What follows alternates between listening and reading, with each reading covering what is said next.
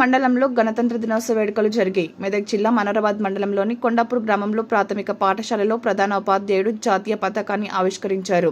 అనంతరం నూకల సాయి యాదవ్ ఆధ్వర్యంలో పాఠశాల విద్యార్థులకు స్కూల్ బ్యాగ్, పెన్సిళ్లు, పెన్నులు, అంగన్వాడీ చిన్న పిల్లలకు ఆడుకునేందుకు బొమ్మలను బహుమతిగా అందజేశారు.